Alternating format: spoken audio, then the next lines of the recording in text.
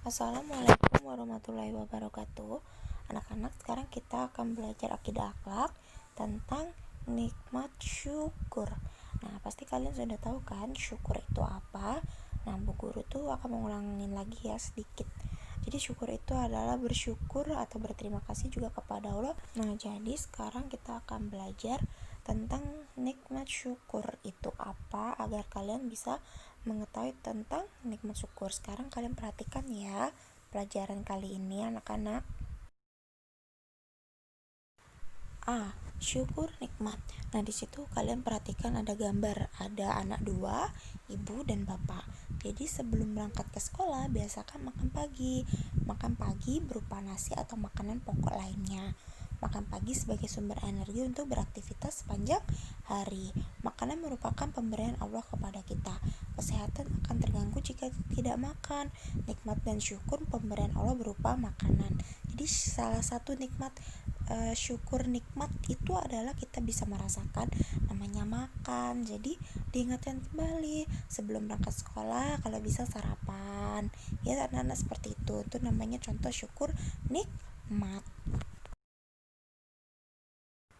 Selain makanan, anggota badan juga pemberian Allah. Dengan mata kita dapat melihat dan menikmati indahnya pemandangan. Bagaimana seandainya tidak ada mata? Tentu kita tidak akan melihat hasil ciptaan Allah. Allah menyediakan berbagai macam kebutuhan manusia. Tercukupi kebutuhan manusia merupakan nikmat dari Allah. Nikmat Allah yang diberikan begitu banyak ragamnya. Manusia tidak akan mampu menghitung nikmat Allah. Nah, jadi gini maksudnya, kalau misalkan kita tidak bersyukur, coba lihat orang yang tidak mempunyai mata, tidak bisa melihat keindahan dunia. Di situ ada gambar, ada orang buta berjalan dengan tongkatnya. Terus ada yang akhirnya orang buta itu dibantu seorang anak yang bisa melihat. Jadi ingat, kalau kita bisa melihat, kita bisa mendengar, terus kita bisa meraba. Nah, itu salah satu nikmat Allah yang luar biasa. Makanya kita harus selalu bersyukur kepada Allah. Ya anak-anak ya, itu contoh nikmat yang tidak ada bandingannya, tidak ada tandingannya. Maka kalau misalkan kita tidak punya mata, kita buta, tidak bisa melihat. Kita tidak punya telinga, tidak bisa mendengar. Nah, ini contoh kalau kita selalu bersyukur kepada Allah. Nah, di situ juga dijelaskan di dalam surah An-Nahl, Bu Guru bacain ya ayat 18. Wa in ta'uddu ni'matallahi la tuhsuha. Dan jika kamu menghitung nikmat Allah, niscaya kamu tidak akan mampu menghitungnya. Jadi mau kita hitung 1 2 3 4, tapi kita tidak akan pernah bisa namanya kita menghitung nikmat Allah, karena nikmat Allah itu sangat banyak ya anak-anak. Nah, terus juga di sini sudah dijelaskan setiap muslim harus mensyukuri nikmat Allah. Syukur berarti berterima kasih. Nikmat berarti pemberian Allah yang menyenangkan. Syukur nikmat berarti berterima kasih atas pemberian Allah yang menyenangkan. Allah akan menambah nikmatnya kepada orang yang mau bersyukur. Tadi Bu Guru sudah bilang, kalau kita bersyukur, kita berterima kasih sama Allah, selalu mengucapkan kata alhamdulillah. Tapi kalau kita kebalikannya, dari syukur nikmat adalah kufur nikmat. Kufur berarti tidak mau berterima kasih kepada Allah. Allah akan menyimpan siksa kepada siapapun yang tidak mensyukuri nikmat Allah. Jadi kalau misalkan kita sombong, kufur itu artinya kita sombong, gak mau bersyukur. Kita diberikan sesuatu sama Allah, tapi kita nggak mau bersyukur, nggak mau mengucapkan alhamdulillah, ya sudah, maka kita termasuk orang yang kufur nikmat, tidak tahu berterima kasih. Maka itu akan termasuk kita dapat siksa dari Allah. Tidak mau kan itu terjadi kepada kita kan anak-anak. Makanya setiap kita diberikan kenikmatan oleh Allah, maka kita selalu bersyukur. Nah anak-anak, nikmat syukur itu bermacam-macam. Nah, di sini salah satunya pertama ada namanya nikmat jasmani. Sekarang Bu Guru membacakan dulu ya. Jadi nikmat jasmani itu, manusia adalah makhluk Allah yang paling baik dan sempurna. Kesempurnaan itu terlihat dari rupa dan bentuk. Allah memberi mata, kaki, mulut, dan tangan. Subhanallah, banyak karunia Allah yang diberikan kepada kita. Bagaimana cara kita mensyukuri? Dengan kaki, kita dapat berjalan kemana-mana, kita dapat mengikuti sholat berjamaah di masjid dengan kaki, kita dapat bersekolah dan TPQ dengan berjalan kaki, kita dapat bermain sepak bola dan bermain tali dengan kaki. Bagaimana jika kita tidak mempunyai kaki? Kita tentu akan mendapatkan banyak kesulitan. Kesempurnaan badan yang dimiliki harus disyukuri. Cara mensyukuri dengan berjalan dengan baik, ya anak-anak ya. Jadi itu gini, nah kalian tahu kan, kalau misalnya tadi Bu Guru udah jelaskan, kalau tidak punya kaki kita tidak bisa ngapa-ngapain, tidak bisa berjalan. Jadi salah satu kita harus menikmati, syukur nikmat kepada Allah. Kita selalu mengucapkan alhamdulillah, alhamdulillah aku bisa berjalan, alhamdulillah aku bisa bermain, alhamdulillah aku bisa lari. Nah itu salah satu contoh nikmat, namanya nikmat jasmani. Oke anak-anak ya, harus udah paham sampai sini ya.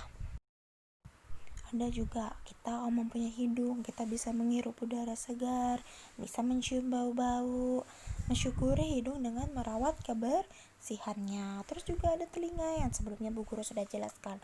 Jadi cara kita mensyukuri nikmatnya itu bisa mendengarkan yang baik-baik, mendengarkan Al-Quran, terus nasihat orang tua, guru, dan kicauan burung. Bersyukur dengan pemberian Allah adalah cara merawat kebersihan telinga dan mendengarkan hal-hal yang baik. Nah itu tadi sudah kaki, hidung, terus abis itu telinga, tadi sebelumnya juga dijelaskan mata. Nah selalu bersyukur dengan mengucapkan kata alhamdulillah, itulah namanya nikmat syukur ya anak-anak. Tadi sudah dijelaskan. Nah selanjutnya nikmat mulut. Jadi kalau kita mempunyai mulut itu berarti kita harus bisa menjaga yang baik-baik, sama kayak tadi sebelumnya. Dengan cara apa? Dengan cara kita berbicara yang baik, terus membaca ayat-ayat Al-Quran, makan dan minum juga menggunakan mulut. Nih kalau misalkan kita mulutnya sakit, pasti nggak enak kan dibuat makan. Makanya kita harus selalu bersyukur dengan cara menjaga kesehatan dan berbicara yang baik-baik. Nah selanjutnya di sini ada namanya nikmat rohani.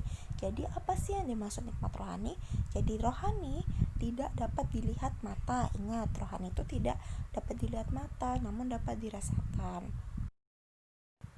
Nikmat rohani diantaranya akal pikiran, perasaan, dan kemauan atau juga keinginan. Nah berarti kalau pertanyaannya tuh, rohani itu apa sih?